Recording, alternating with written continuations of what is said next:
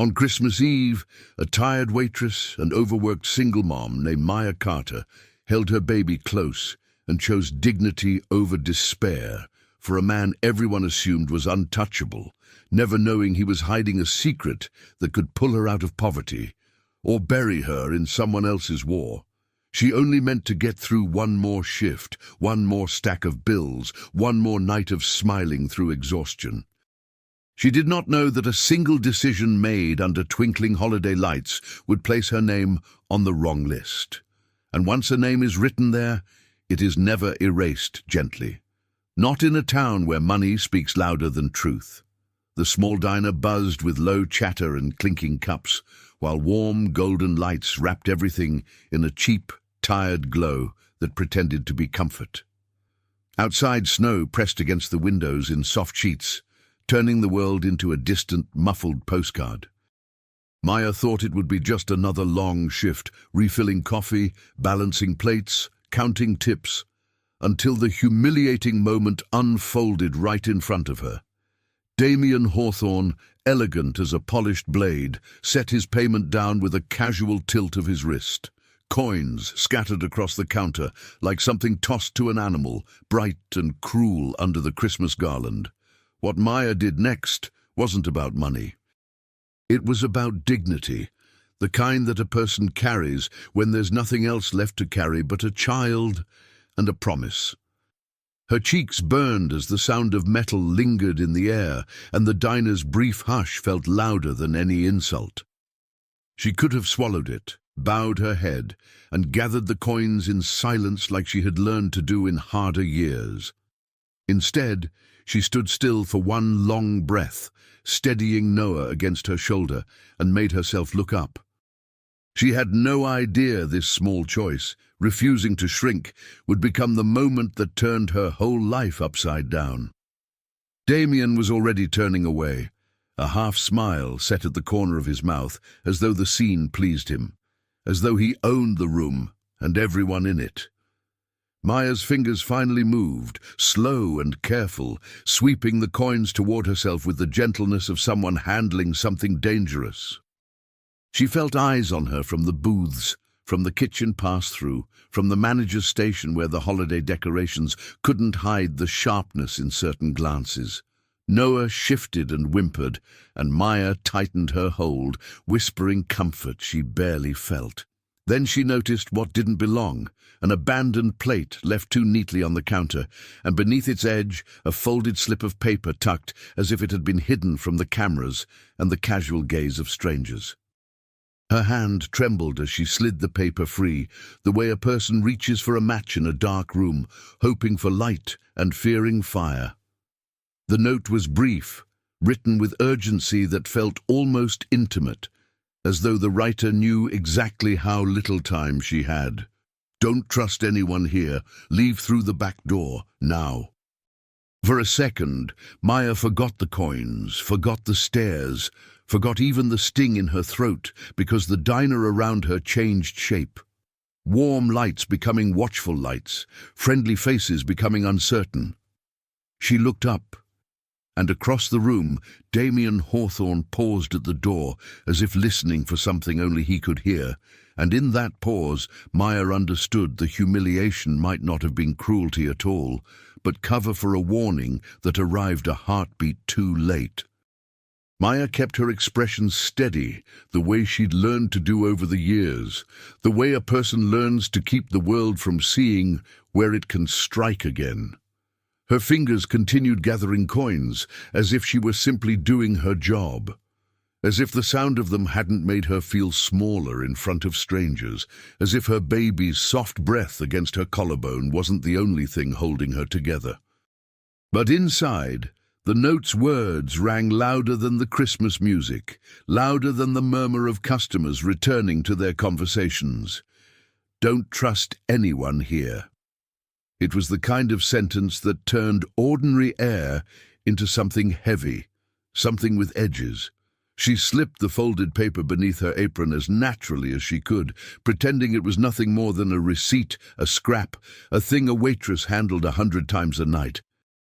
Yet the diner no longer felt like a place where people simply ate and left.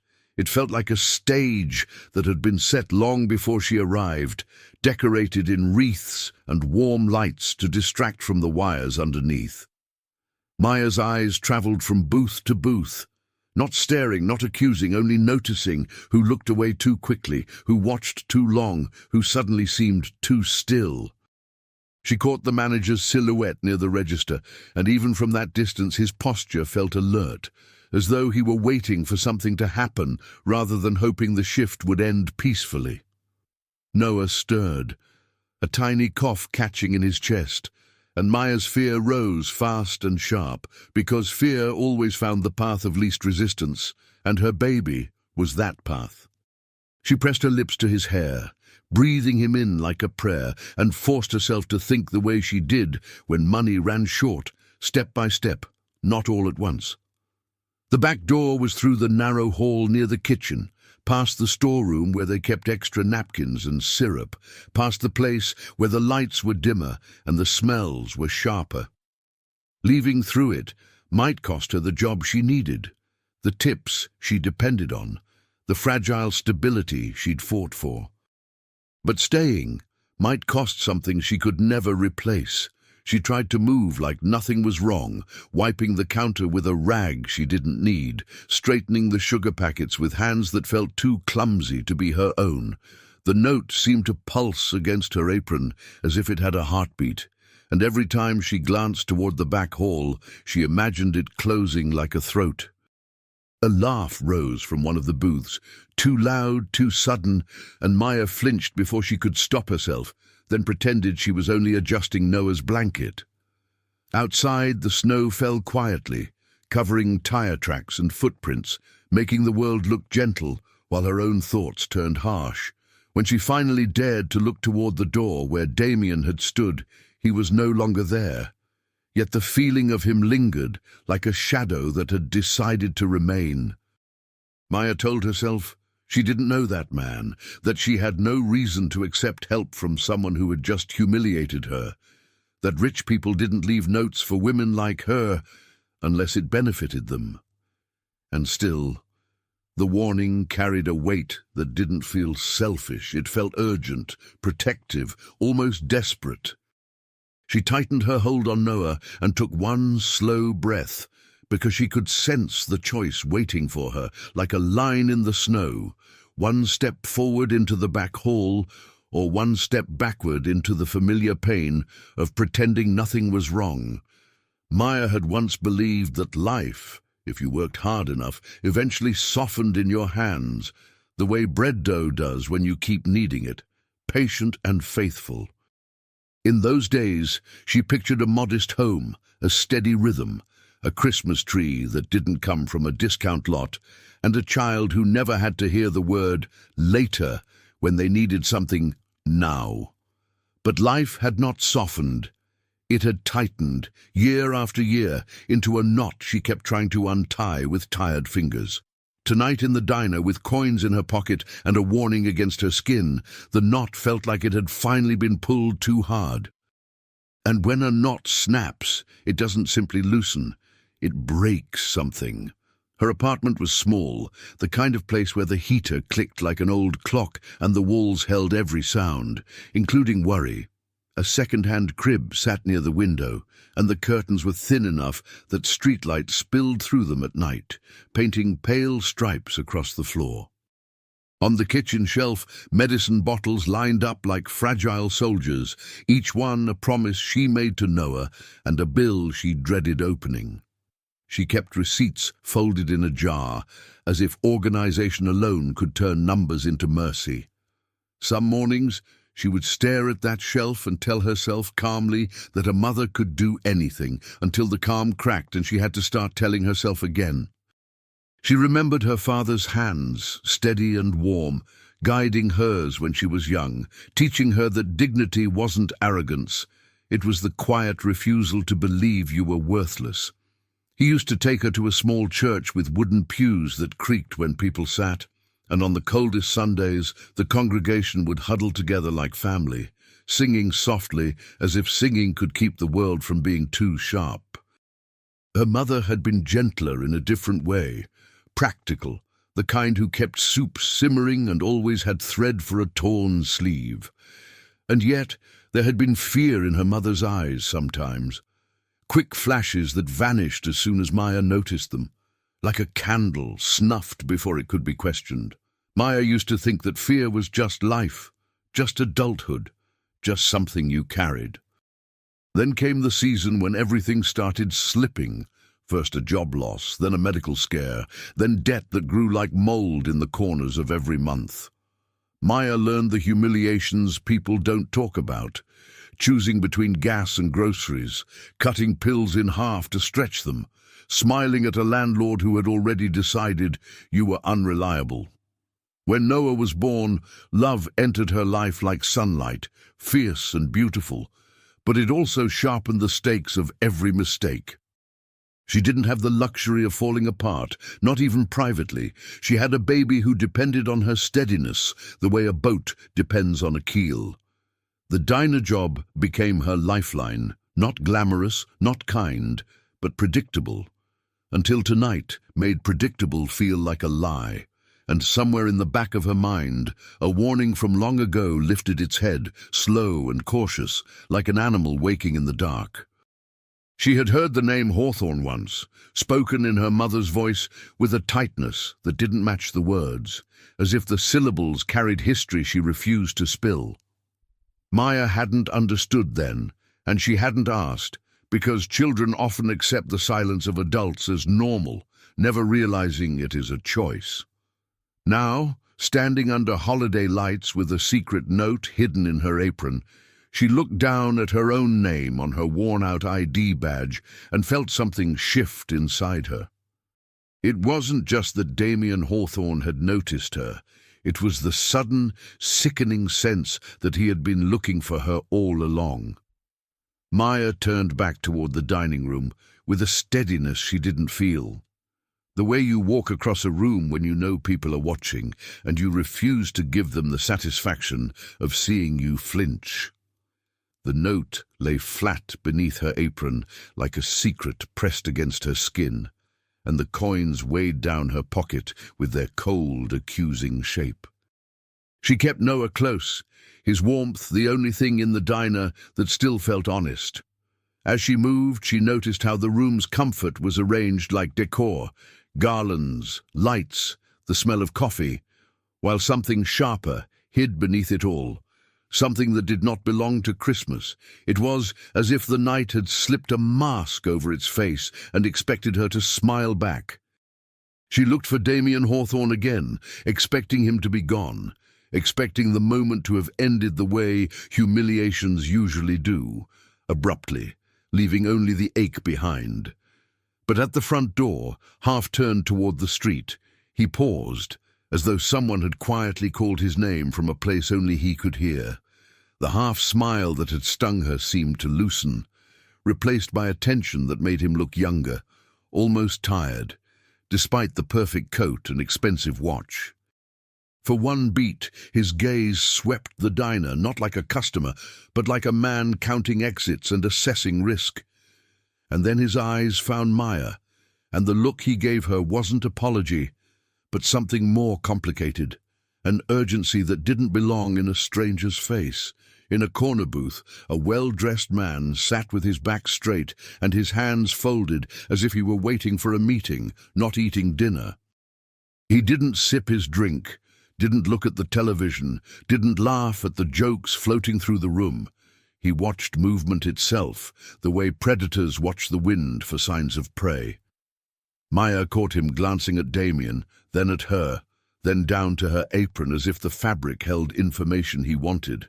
It made her stomach drop because suddenly the note's warning wasn't dramatic, it was accurate. She had spent years learning the difference between ordinary hardship and a danger that had intention, and tonight carried intention like perfume. Maya shifted her path toward the hallway that led to the back, pretending she'd remembered a task, a refill, a forgotten stack of napkins, anything that excused her movement. The kitchen sounds rose and fell, sizzling grease, clattering plates, yet even those familiar noises felt staged, too timed, too aware of her presence. As she passed the manager's station, she felt his eyes touch her the way a hand might, lingering an instant too long, measuring her choices. Then, near the doorway, Damien moved just slightly, angling his body so the manager's line of sight broke for half a second, no more than the blink of a camera. It was such a small gesture that it could have been coincidence, but Maya had lived long enough to know that coincidence rarely wears a tailored coat.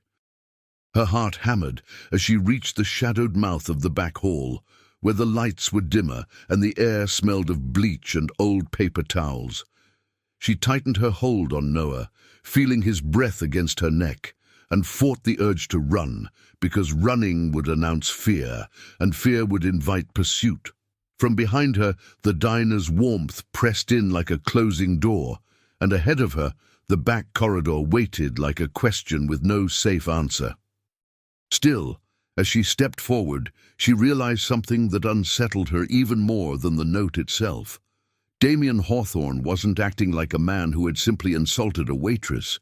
He was acting like a man trying to keep her alive without letting anyone see he cared.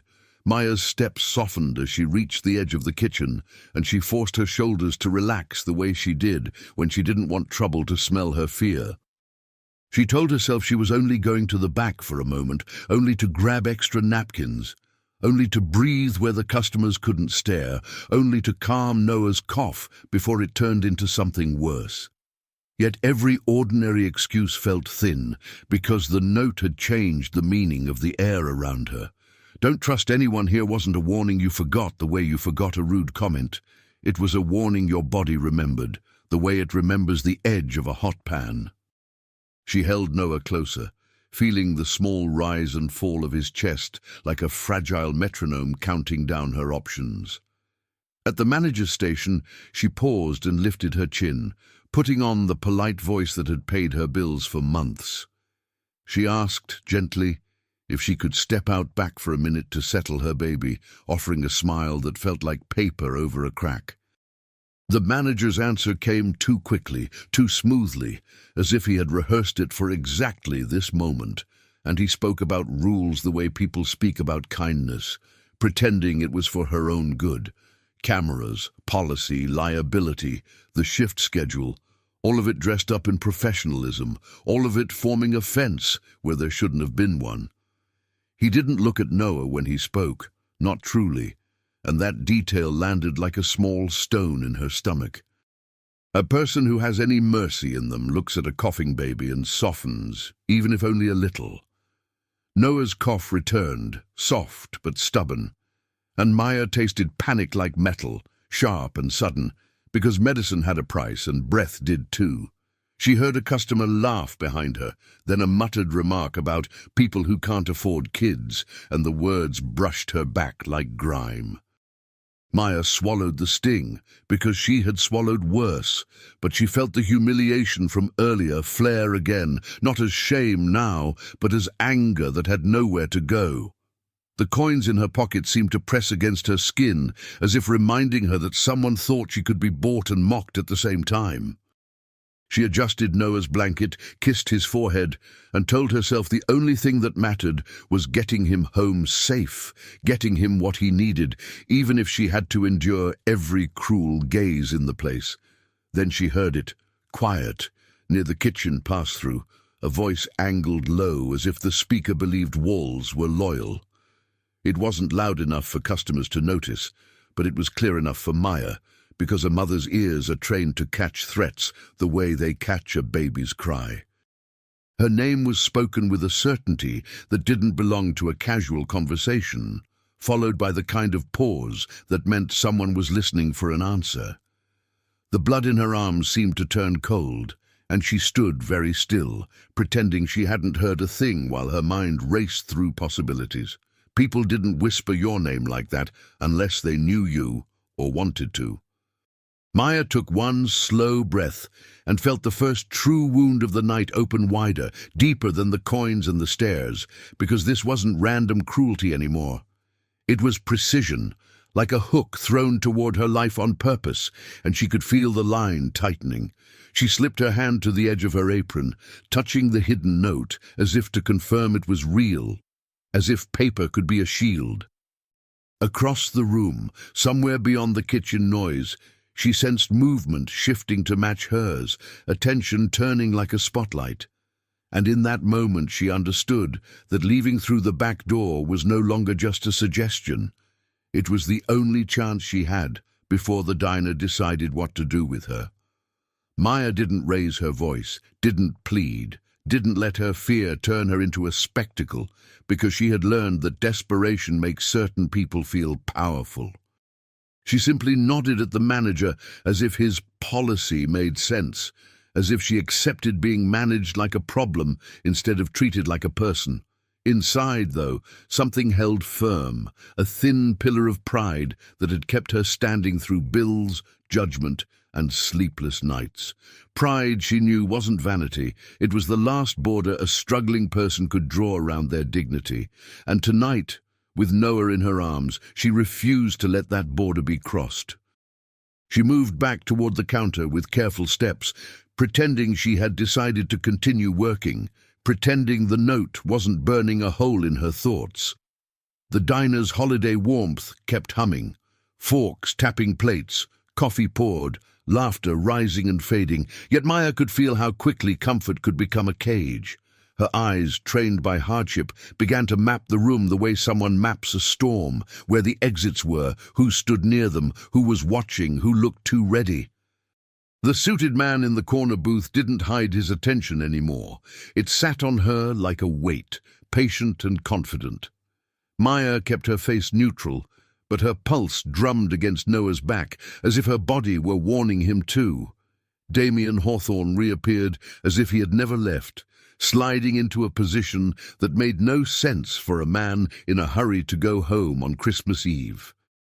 He ordered a coffee he didn't touch, and the untouched cup sent a chill through Maya because it felt like a signal, like a placeholder, like time being purchased by someone who could afford time. He didn't look at her the way a man looks at a waitress when he wants service. He looked at her the way a man looks at a locked door when he's deciding which hinge to break. And when his gaze drifted to the back hall, then back to her apron, Maya understood he wasn't guessing. He was tracking the same danger she was. The half-smile from before was gone, replaced by a tightness around his eyes that said he was balancing risk like a man walking a wire. Noah shifted again, and Maya felt the tremor of a cough in his small chest, and her pride suddenly had a second purpose. It wasn't just about her dignity anymore. It was about her son's safety. She remembered every time she'd bitten her tongue to keep a job, every time she had nodded politely at someone's cruelty because she couldn't afford to fight. But this was different, because fighting didn't mean shouting. Sometimes fighting meant moving without permission. She began to imagine the back door as a thin line between Noah's next breath and whatever waited for them if she stayed.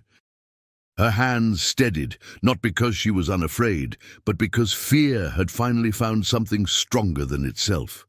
She adjusted her apron, shifting the note closer to her body, and made a decision so quiet no one could hear it. Yet it changed the shape of the night. She would not beg, and she would not be cornered into obedience by rules that existed only for the powerless. She would leave on her feet, with her head up, even if she left behind coins, tips, and the fragile image of stability she'd built one shift at a time. And as she took a slow step toward the back hall again, Maya felt the diner's attention tilt, as if the room itself had noticed her resolve and was deciding how hard it would try to stop her. Maya reached the back hall with a kind of measured calm that didn't match the storm inside her, the way a person walks carefully when they know the floor might give way. The air changed as soon as she stepped past the kitchen threshold. Less warmth, more bleach, more shadows, and the diner's Christmas cheer became a muffled soundtrack behind swinging doors. Noah's cheek pressed against her collarbone, his breath small and warm, and Maya let that warmth guide her like a lantern. Her free hand hovered near the apron where the note was hidden, not to read it again, but to remind herself it was real. One step more, she told herself, and then another, and then the back door would be right there. But the manager appeared as if the hallway had produced him, smiling too widely, voice too soft, as though he was speaking to a child who needed correction. He called her name with forced patience and said her shift wasn't over, that she couldn't just disappear, that there were procedures, and he stepped into the narrow space to make sure she understood. Maya tried to angle around him, keeping her body between Noah and the man's reach. But the manager's hand lifted, not violent, not yet, aiming straight for her apron pocket like he already knew what was inside. That was the moment Maya's pride turned into something sharper, something protective, and she twisted away, hugging Noah tighter as if her arms could become a locked door. The manager's smile didn't fall. It only hardened at the edges, as though her refusal was the answer he'd been waiting for. A tray crashed somewhere behind them, loud enough to startle, and Maya's head snapped toward the sound before she could stop herself. A server, hands trembling, eyes wide, stood with shattered dishes at her feet, blocking the hallway in a way that looked accidental but felt arranged, like a chess piece sliding into place. The warmth from the dining room spilled in for a second, bright and cheerful, making the scene look almost harmless. Yet Maya felt the opposite. She felt trapped. The Christmas music kept playing out front, sweet and steady, as if the world insisted on pretending nothing wrong could happen on this kind of night. And still, in the narrow corridor, Maya could hear her own heartbeat louder than the carols. Then Damien's voice cut through the chaos, low and firm, coming from behind the manager like a blade drawn quietly from a sheath. He said something Maya couldn't fully catch, her name maybe, or a warning, or an instruction, and the sound of it made the manager stiffen for the smallest instant. Maya wanted to believe it meant rescue, but fear warned her not to attach hope to a man she didn't understand, not when hope could be used like a leash. She saw Damien's face in the gap between shoulders. No smugness now, only urgency, eyes fixed on Maya as if he could will her to move. In that look, there was the unmistakable message that time had run out. And then the suited man from the corner booth stood up in the dining room, stepping into view with the calm of someone who didn't expect resistance. A small earpiece gleamed against his skin when he turned his head, and the sight of it made Maya's stomach drop, because it was proof that this wasn't personal cruelty. It was coordinated control. The manager's hand remained poised, the hallway remained blocked, and the back door remained just beyond reach, like a promise being withheld. Maya realized, with a cold clarity that stole her breath, that she wasn't simply being told to stay, she was being kept. And as Noah coughed softly against her chest, Maya understood the terrible truth of the night. She could lose her tips, her job, her pride, but if she didn't choose the right next second, she might lose something far worse. Maya slipped sideways into the nearest pocket of darkness, a narrow storage space off the corridor where the air smelled of cardboard, syrup, and cleaning soap. And for the first time in minutes, she let herself breathe. The door didn't fully close, but it narrowed the world enough to make the diner's cheer feel far away, like a radio playing in another house. Noah's small body trembled against her, not from fear, she told herself, but from the cold and the cough and the long night. She rocked him gently, not with the comfort of peace, but with the urgency of someone trying to keep a fragile flame alive in wind. Her heart kept beating too fast, as if it knew a truth her mind was still refusing to hold. She pressed her forehead to Noah's soft hair and listened, straining to separate normal sounds from hunting sounds, footsteps from footsteps with purpose. Somewhere out there, a voice murmured, then stopped, as if someone had leaned in to hear better. Maya's fingers found the note again beneath her apron, and she almost tore it open a second time, not to read it, but to borrow courage from its certainty. Don't trust anyone here. The words sounded harsher now, not like advice, but like a rule that could keep her alive. She thought of the manager's smile, the suited man's stillness, the tray that fell at the perfect moment, and she felt the sickening precision of a trap closing. The diner hadn't turned dangerous slowly. It had simply revealed what it always was. Her mind reached for the usual solutions. Call someone, explain, ask for help. But every solution cracked under the weight of the note's warning. Who would she call when her phone was in her locker?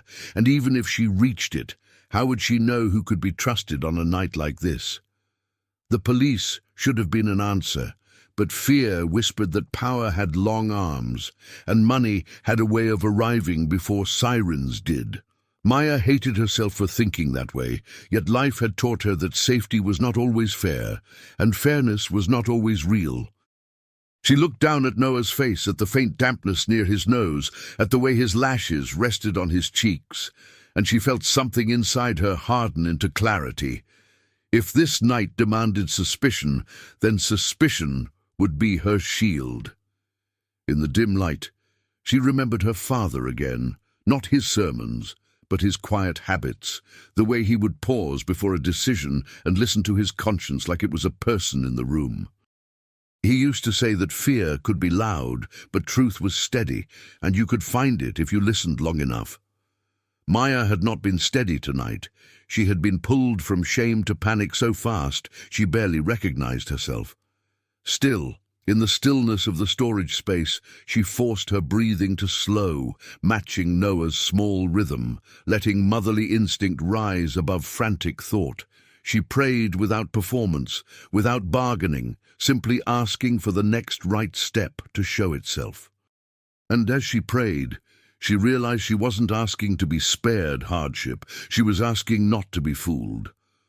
A faint sound came from the hall, like a shoe shifting its weight, and Maya's body went tight, every muscle prepared to protect what it held.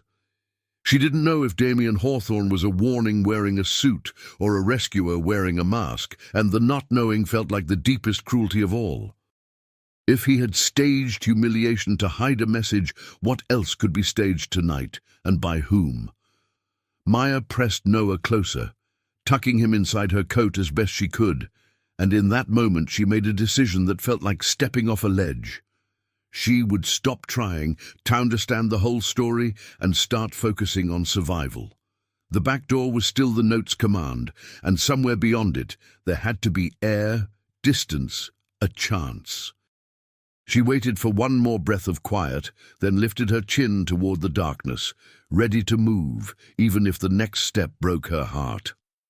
Maya eased the storage room door open just enough to look, letting the thin slice of hallway light fall across her knuckles and the edge of Noah's blanket.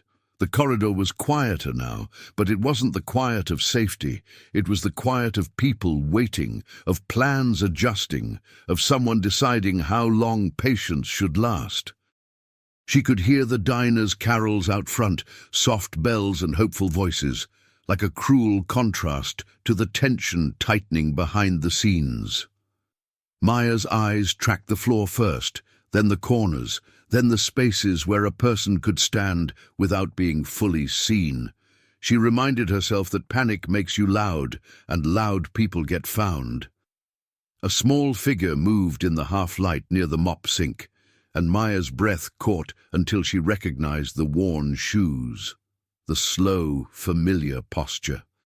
It was Gloria, the older waitress who had trained Maya months ago, the kind of woman who never wasted words and never forgot a face. Gloria didn't look surprised to see her. She looked resigned, like someone who had known this night would come for somebody eventually. Without speaking, she held up a coat, thick, plain, and big enough to hide a baby, and gestured for Maya to take it. Her eyes flicked once toward the ceiling corner, where the camera should have been, then away, as if reminding Maya that the walls had eyes. Maya stepped closer, still guarding Noah with her body, and Gloria leaned in just enough to whisper without moving her lips much. She told Maya there was a blind spot by the stacked crates near the back exit, an old angle the cameras never caught because the owner never paid to fix it. She said it like she was reciting something she'd memorized for her own survival, and the fact that she knew it so precisely made Maya's stomach tighten. Then Gloria added the sentence that changed everything. Damien Hawthorne wasn't here for coffee, and he wasn't here to tip big. He was here because someone had been asking questions about Maya Carter. Gloria didn't say who, but her tone carried the heaviness of a name too dangerous to speak aloud. Maya's hands shook as she slipped into the coat, tucking Noah deeper against her chest until only his tiny face showed, warm and sheltered. For the first time since the coins hit the counter, she felt something that wasn't fear, a thin, trembling line of hope, not soft and dreamy, but practical, like a key turning in a lock. Gloria pressed something into Maya's palm, small and cold, a spare backdoor key that looked older than the diner itself. "Don't stop," Gloria breathed, the words barely a thread, and her gaze sharpened with the fierce protectiveness of someone who had once been young and cornered too. Maya wanted to ask why Gloria was helping, what she knew, what this place truly was. But questions felt like weights, and time felt like a blade. As Maya backed toward the crates, she remembered something her father used to say when life grew mean and confusing. Help often comes wearing ordinary clothes, and it never arrives with trumpets. Gloria turned away as if they had never spoken, picking up a rag and wiping a spotless counter like a woman returning to routine, because routine was camouflage. Maya held the key so tightly it left an ache in her fingers, and she began to move toward the blind spot with steps that tried to look casual and failed, because motherhood makes you honest in ways the world doesn't forgive. Still, she kept going, one breath at a time, because now she had two things she didn't have before: a way out and proof that not everyone in this place belonged to the people hunting her.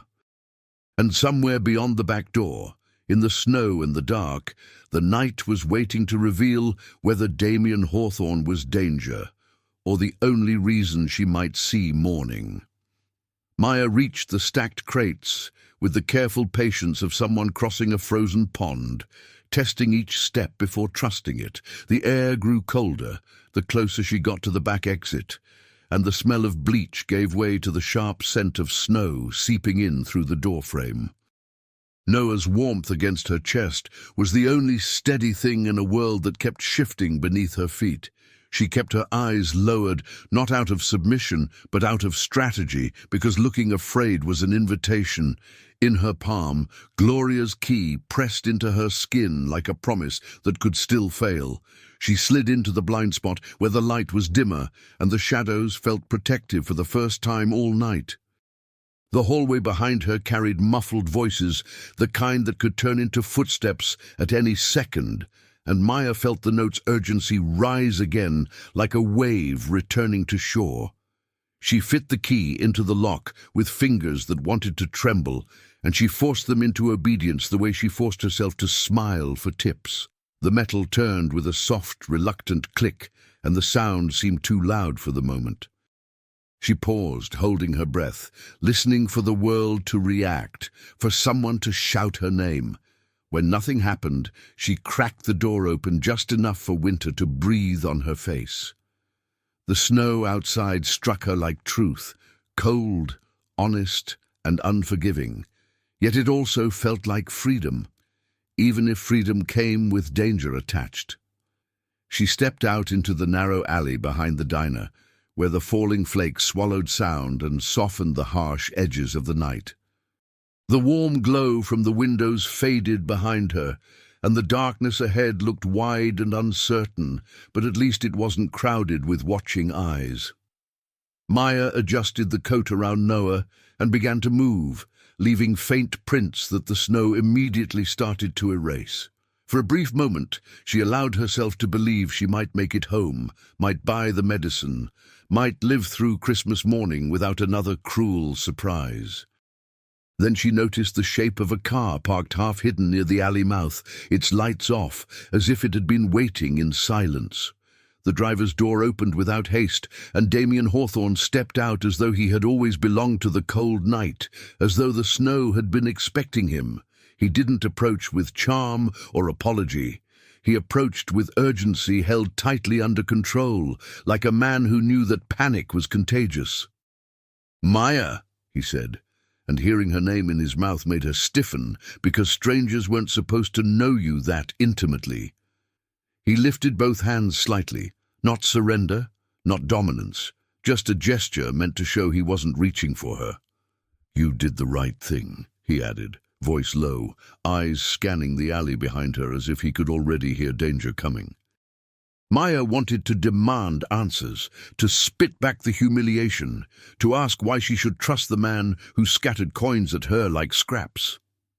Damien spoke again, quickly, as if time was something he could hear ticking in the snow. He told her the coins had been a performance, a distraction meant to keep the wrong eyes on the counter while he hid the note under the plate. He said someone inside that diner wasn't just watching her. They were hunting for something connected to her, something she didn't even know she carried. He didn't say please, and he didn't say trust me. He said, "You have a choice," like a man who understood that choice was the only respect he could offer her right now. Maya tightened her hold on Noah, feeling the baby's small breath against her chest, and stared at Damien's face, searching for cruelty and finding only strain. In the falling snow, with the alley swallowing their footprints, she realized the most frightening part wasn't the chase. It was the possibility that the humiliation she'd felt inside might have been the only reason she was still alive. Maya took a half step back, not because she wanted distance from Damien, but because her body still remembered the sound of coins hitting the counter like an insult. The snow fell between them in soft curtains, and the alley behind the diner felt like the world had narrowed into a single corridor of choices. Noah shifted under the coat, and Maya's arms tightened instinctively, as if her grip could keep both cold and danger away. "A choice," she repeated, tasting the word like it might be a trick, because poor people learn that choices are often disguised orders. Damien's eyes didn't flinch, but his jaw tightened, and she could tell he understood what she was accusing him of without her having to say it. He spoke again, and this time his voice carried something heavier than urgency, something that sounded like regret forced into honesty. He said her mother's name, not as a guess, but as a fact, and the sound of it made Maya's throat go dry because it was a name that rarely left her family's mouth. He told her the Hawthorne family didn't just own companies and properties, they owned stories too, and they buried the inconvenient ones the way they buried bad investments. Maya listened with her heart pounding, because every word felt like it was reaching backward into her childhood and rearranging what she thought she knew. "You think your life never got traction by accident," he said, careful, almost gentle. "But some people make sure certain lives don't rise." Maya felt anger spark, bright and dangerous, because it fit her pain too well. Damien didn't give her a full explanation. He gave her a fragment, as if the whole truth was too volatile to hold in one place. He said there was a document tied to her mother's past, something that proved Maya had been wronged long before she was old enough to understand what was happening, and that the proof was close, hidden where the wrong people couldn't casually destroy it. He mentioned Noah then, only once, and Maya's blood ran cold, because he didn't say it like a stranger admiring a baby. He said it like someone acknowledging a key. His birth reopened something, Damien admitted, and Maya felt her stomach twist, because the idea that her child could be connected to a buried scandal felt both impossible and terrifying. She wanted to demand the why, the how, the name of the person doing this, but the snow and the alley and Damien's scanning eyes told her there wasn't time to pour the whole story into her hands. A sound interrupted them. A sharp car door slammed somewhere beyond the alley mouth, and the winter night seemed to stiffen around it. Damien's head snapped toward the street, and the change in his face wasn't the fear of a man protecting himself. It was the fear of a man watching a window close on someone else's survival. Headlights flared across the snow, washing the alley in harsh white, and Maya instinctively turned her body so the light hit her back, shielding Noah's face. Damien stepped closer, fast, and for a second Maya thought he might grab her, but instead he pressed a thick envelope into her palm with a force that felt like insistence. "If we're separated," he said, voice low and steady as iron, "open this only when you're safe." Maya stared down at the envelope, feeling its weight through her glove, feeling paper become suddenly more precious than money. Before she could ask anything, before she could even decide whether to believe him, Damien moved, angling his body between her and the approaching lights, like a man who had made his decision long ago. The alley, the diner, the snow, and the night all seemed to tighten into one brutal truth. Someone was coming, and they weren't coming for Damien. As Maya backed into the shadows with Noah held close and the envelope clutched like a lifeline, she realized the cruelest part of the secret wasn't what it revealed about Damien Hawthorne. It was what it suggested about her own life, and how deliberately it might have been shaped. Maya moved the way snow moves when the wind changes, quietly, quickly, without asking permission from the night. The headlights behind them painted the alley in hard white, and every flake that drifted down seemed to sparkle with danger. Damien's body stayed between her and the light, not touching her, but shielding her with a tense, deliberate calm that felt practiced. Noah whimpered once, and Maya pressed her cheek to his head, whispering the kind of comfort that is half lullaby, half vow. In her fist, the envelope felt like a living thing, as if it carried more than paper inside it. Damien nodded toward the car, not as a command, but as an option offered at the edge of a cliff. Maya's pride resisted. Pride always resists being led.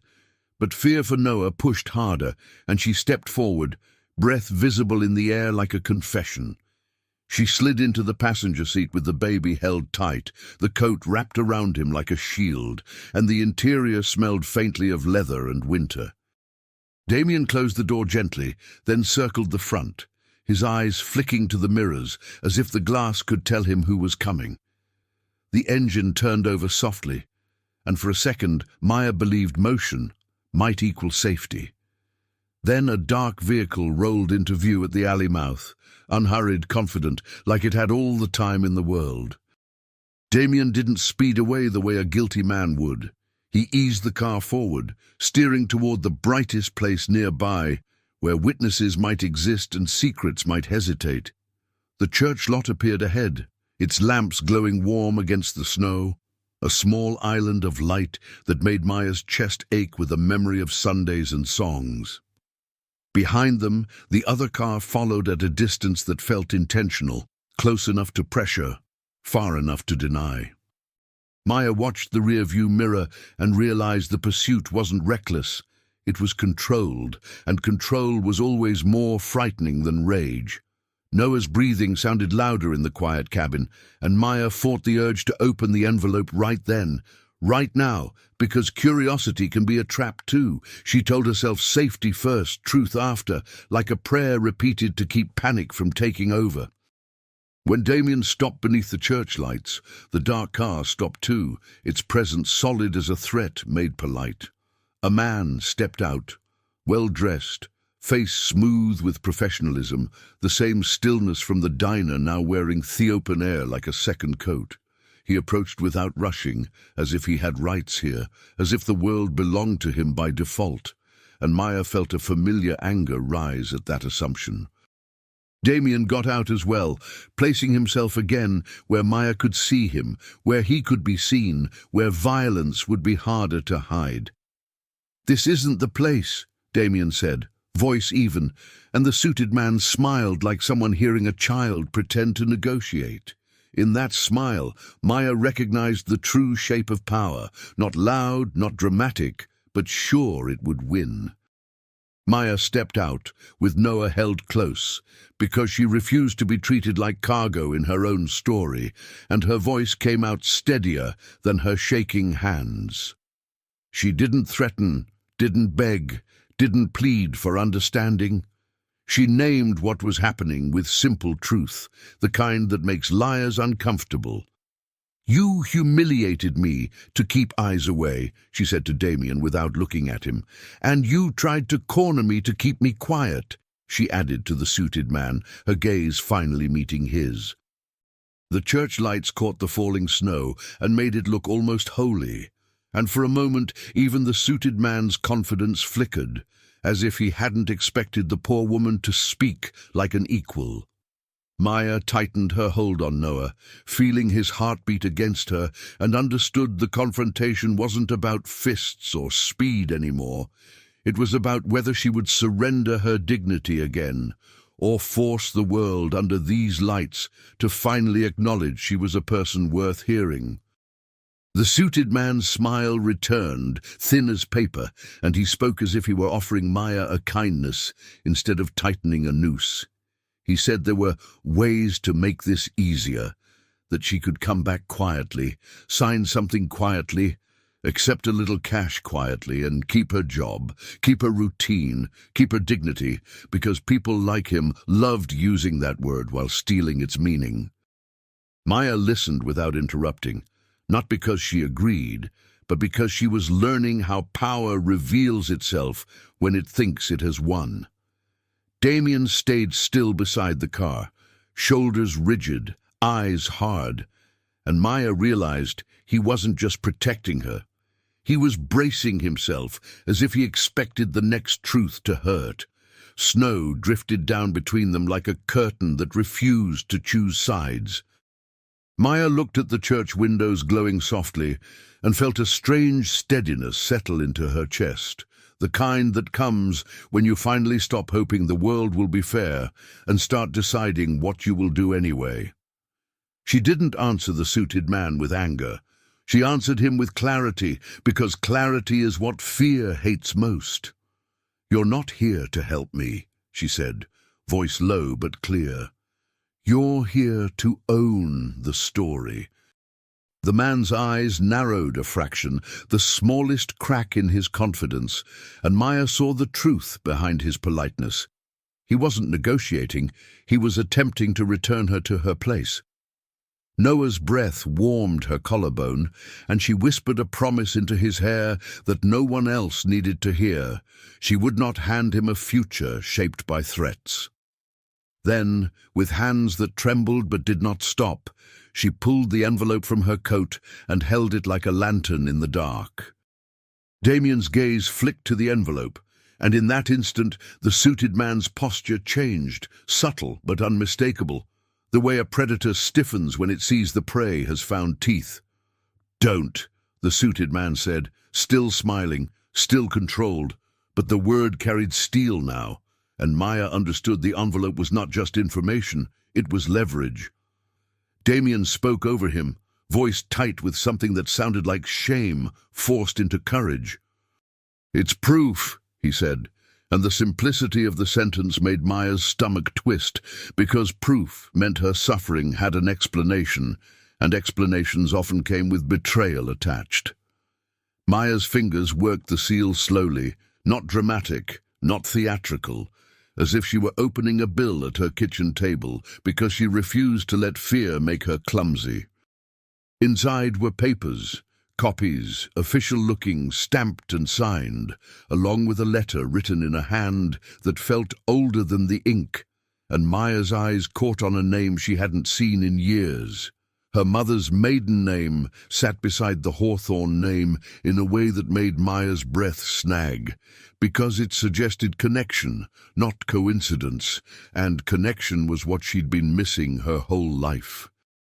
The letter spoke of protection promised and protection withdrawn, of money set aside and then redirected, of a quiet agreement made to keep a scandal buried and a woman silent.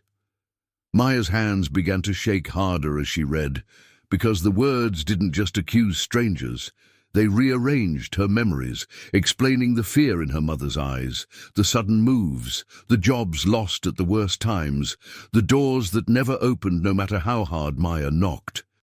Damien's voice came low, almost broken. "I didn't write this," he said, "but I grew up benefiting from the kind of power that made it possible."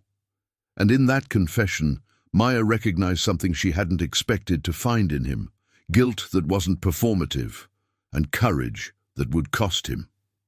The suited man's smile finally slipped, and in its place came a colder expression, one that admitted the truth without saying it aloud. "Those papers don't belong to you," he said, and Maya realized the real fight wasn't about what Damien had done in the diner. It was about who had been shaping her life from a distance, deciding that a single mother should stay small because it was convenient. She looked at Damien then, really looked, and saw not a savior but a flawed man choosing to stand in the line of fire because he was tired of the darkness his name carried. The recognition hit Maya like a wave. The villain of her night was not necessarily the richest man in the room, but the one who believed people like her were property. And as the suited man took one careful step forward under the church lights, Maya felt the next decision rising inside her, whether she would use this truth to destroy or to finally build a life no one could control again. The suited man stopped moving the moment Maya's words stopped shaking, because he could sense the change in her, the quiet shift from frightened to decided.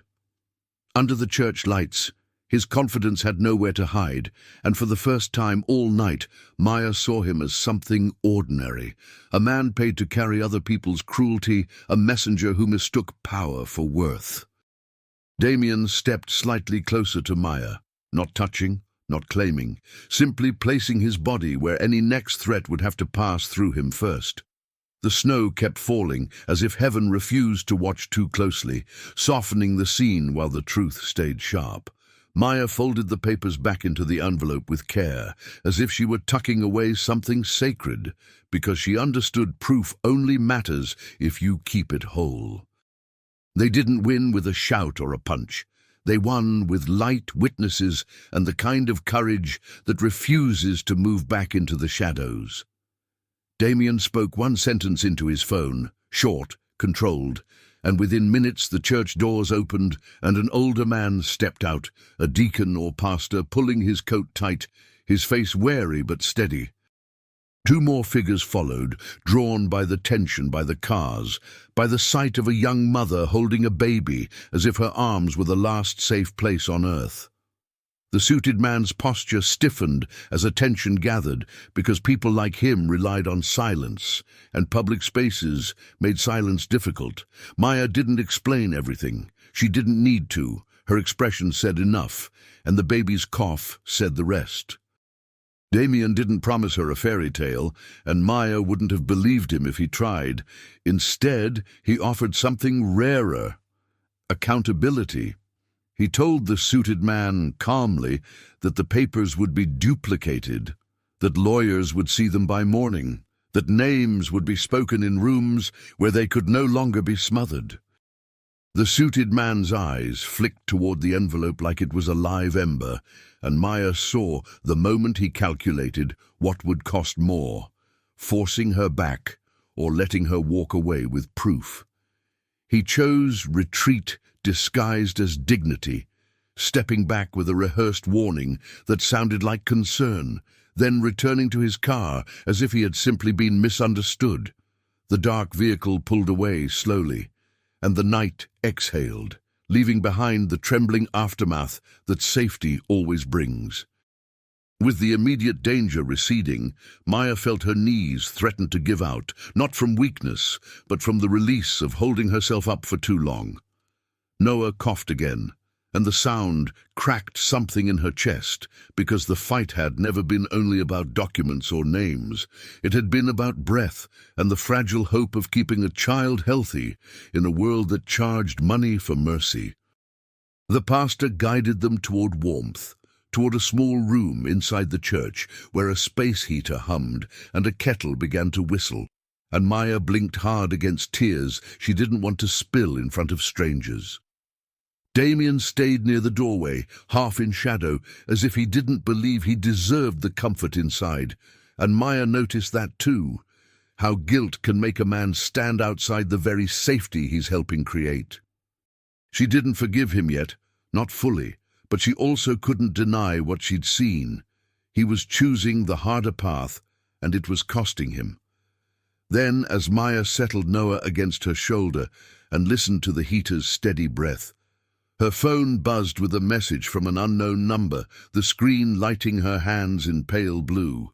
The text was short, like a final piece slid onto a board. Your mother was protected once. She was betrayed. The last proof isn't in that envelope.